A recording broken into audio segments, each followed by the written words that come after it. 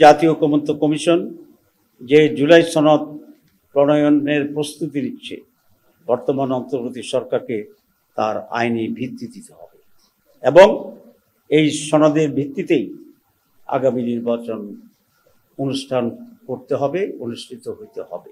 জামাত ইসলামী একটি নির্বাচনমুখী দল।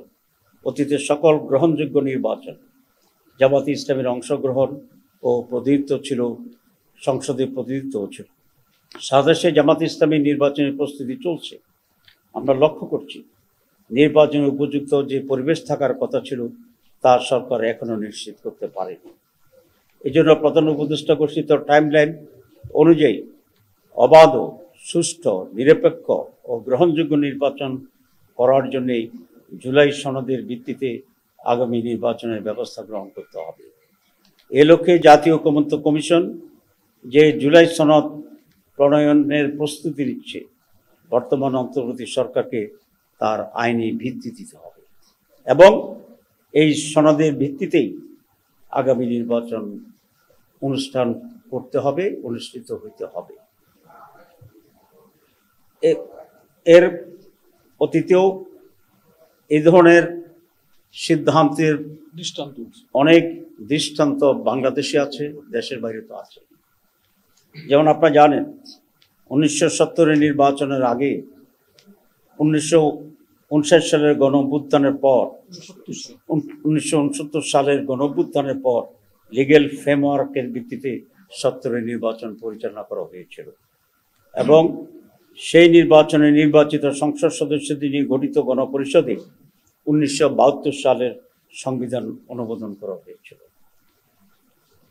স্বাধীনতা ঘোষণাপত্রের মাধ্যমে 10 মাস মুজিবনগর সরকারের মুক্তিযুদ্ধ পরিচালনা এবং স্বাধীনতার পরবর্তী সরকার গঠনের পূর্ব পর্যন্ত 75 পট পরিবর্তনের পর এবং প্রেসিডেন্ট জিয়াউর রহমান প্রধান সামরিক আইন প্রশাসক হিসেবে দায়িত্বভার গ্রহণ, দেশ পরিচালনা, দল গঠন, সামরিক প্রশাসন থেকে প্রেসিডেন্টের দায়িত্ব গ্রহণ সহ 75 থেকে 79 সাল পর্যন্ত শাসনকালের গণভোট, অধ্যাদেশ জারি। জেনেক্সে শিফট করো, লাইফকে লিফট করো। এবং এই অধ্যাদেশের মাধ্যমে ক্ষমতায় আরোহণ ও 10 বছরের মতো বৈধতা দিয়েছিল, যা পরবর্তী সংসদ সেটা অনুমোদন করে। আপনি এটা জানেন যে একটা হানা ভোট হয়েছিল জিয়াউর রহমানের সময়, যেখানে 90-র বেশি ভোট কাস্ট হয়েছিল। এরপরে 1990 গণঅভ্যুত্থানের পর 3 জোটের রূপরেখার ভিত্তিতে বিচারপতি শাহাবুদ্দিনের তত্ত্বাবধায়কের অধীনে একটি সুষ্ঠু নিরপেক্ষ নির্বাচন অনুষ্ঠিত হলেও তার আইনি ভিত্তি না থাকায় এই রূপরেখার অন্যান্য বিষয়গুলো পরবর্তীতে বাস্তবায়ন হয়নি।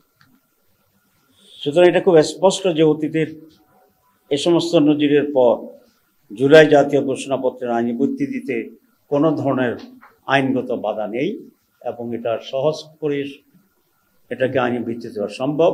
এবং আমি আবার রিপিট করতে চাই যে নির্বাচনের সম্ভাব্য তারিখ বা মাস ঘোষণা করা হয়েছে, সেই নির্বাচনটি এই জুলাই সনদের ভিত্তিতেই হতে হবে। এটা পুরো জাতির এবং সরকারের কমিটমেন্টও আছে। সরকার বলেছে যে কমিশন, তারা রিফর্মস কমিশন করেছে রিফর্ম করার জন্য এবং সেই রিফর্মের ভিত্তিতে নির্বাচন হবে। এটা জাতির প্রতি আজকের প্রধান উপদেষ্টার কমিটমেন্ট ছিল, আপনারা জানেন। সুতরাং এই দাবিকে আমরা আবার রিটার্ট করতে চাই, গুরুত্ব দিয়ে বলতে চাই যে আগামী নির্বাচন জুলাই সনদের ভিত্তিতেই হতে হবে।